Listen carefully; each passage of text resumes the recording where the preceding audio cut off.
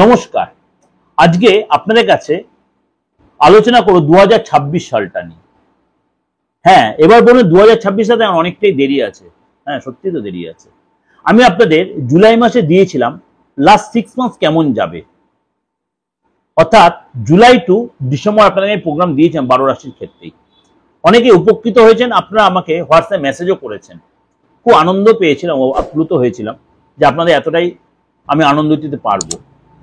আবার আপনারা বললেন পার্থদা এই লাস্ট 2 মাস আমাকে ফোন করে বলছে যারা আমার খুব ক্লোজ ক্লায়েন্ট, আগামী 2 মাস কেমন যাবে, নভেম্বর ডিসেম্বর মাসটা।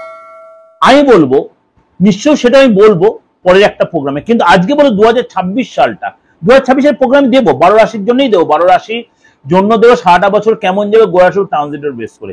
কিন্তু আজকে আপনাদেরকে যেটা ট্রেলারের মতো দিচ্ছি, এটা আপনার কিছুটা ওয়াকিবল থাকতে পারবেন। কোন কোন রাশির জন্য 2026 সালটা একটু সুখবর বয়ে নিয়ে আসছে। তাছাড়া কি আদার্স রাশিগুলো আনবে না? আলবাদ আনবে, তার জন্য আমি দেবো, নিশ্চয়ই আমি বলছি দেবো। কিন্তু আজকে একটু আপনাদের কাছে একটু মনোরঞ্জনের জন্য এই প্রোগ্রাম শুনবেন, খুব ভালো লাগবে। কেননা এই যে নতুন বছর 2026টা হচ্ছে রবির বছর। যোগ করুন 2 2 4 4 6 10 10 মানে আপনি সিঙ্গেল ডিজিটে নিয়ে আসুন, এক হচ্ছে রবির সংখ্যা। এক হচ্ছে রবির সংখ্যা যখন শুনুন, এই বছরে কিন্তু আপনি একাধিক গ্রহের সাপোর্ট পাবেন। যেমন রাহু পাবেন, কেতু পাবেন, শনি পাবেন, বৃহস্পতি, দুটো মেজর গ্রহের আপনি সাপোর্ট পাবেন। শনি আর বৃহস্পতি দুটো মেজর গ্রহ, তার সাপোর্ট পাবেন। এবং রাহু এবং কেতু যদি কারোর বাচ্চাদের শনি বা বৃহস্পতি বা রাহু বা কেতু যদি স্ট্রং পজিশনে, তাহলে অন্য কোনো গ্রহ নিয়ে মাথা না ঘামালেও চলবে। তো এই যে এই বছরটা আপনার জন্য, এই শনি বৃহস্পতি রাহু কেতু, এই 2026 সালটা আপনার জন্য কি পজিটিভ এফেক্ট দিচ্ছে চলুন তাহলে একটু আলোচনা করে নিই।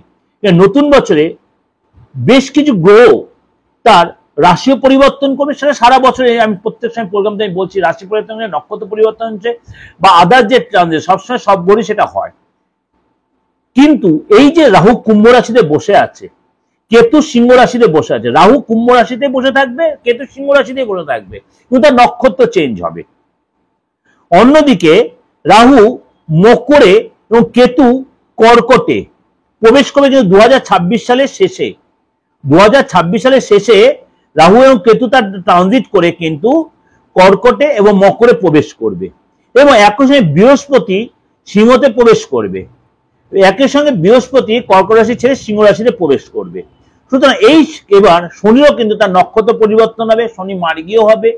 শনি মার্গীয় হবে, আবার কখন তার বক্রী দশা হবে, আবার উদয় হবে, অস্ত হবে। শনি সারাটা বছরে কিন্তু এই শনি মার্গী থেকে বক্রীতে মার্গী হয়ে যাবে, আবার শনি মর্গী হবে, আবার শনি আপনার উদয় হবে, আবার শনি অস্তও যাবে।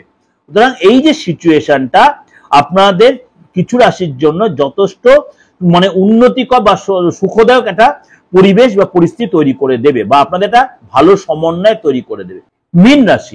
মীন রাশির 7.5 চললেও, 7.5 ফার্স্টে চললেও আপনার কিন্তু যে একটা ব্যাট প্যাচ সিচুয়েশন চলছিল, তার থেকে আপনি অনেকটাই রিলিফ বোধ করবেন।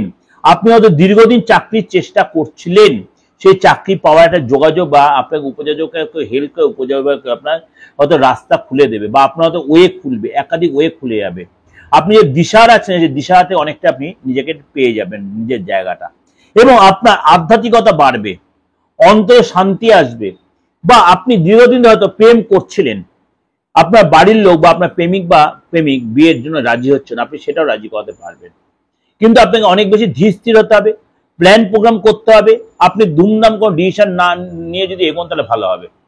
আপনাকে প্ল্যান প্রোগ্রাম করে এগোতে হবে। যে প্ল্যানে আপনি সাকসেস হচ্ছিল না, কাজের জায়গায় একটা যে আপনার ডিস্টার্ব ফিল করছিলেন, বা আপনি চাকরি ছেড়ে দেবেন ভাবছিলেন, বা মরিচিকার পিছনে, সেগুলো আপনি অনেকে নিজেকে আগে স্থির করতে হবে। কোনটা করবেন আপনাকে চুজের জায়গাটা ঠিক করতে হবে, স্থিরতা ভাবটা আনতে হবে, পরিশ্রমী হতে হবে, এবং আপনার যে ভবিষ্যৎ পরিকল্পনাগুলো সেগুলো বাস্তবে রূপ দেওয়ার জন্য অবশ্যই আপনার পরিশ্রমী হতে হবে, লেথার্জি কাটাতে হবে, এবং নিজের গোপনীয়তাটা মেনটেন করে সব পথে সবাইকে শেয়ার না করাটা বেটার হবে। এটা কিন্তু মীন রাশির সবচেয়ে বড় আপনার ড্রব্যাক, আপনি অনেক কিছু বলে ফেলেন। মানসিক ভারসাম্য আসবে, নিজের প্রতি কনফিডেন্স আসবে।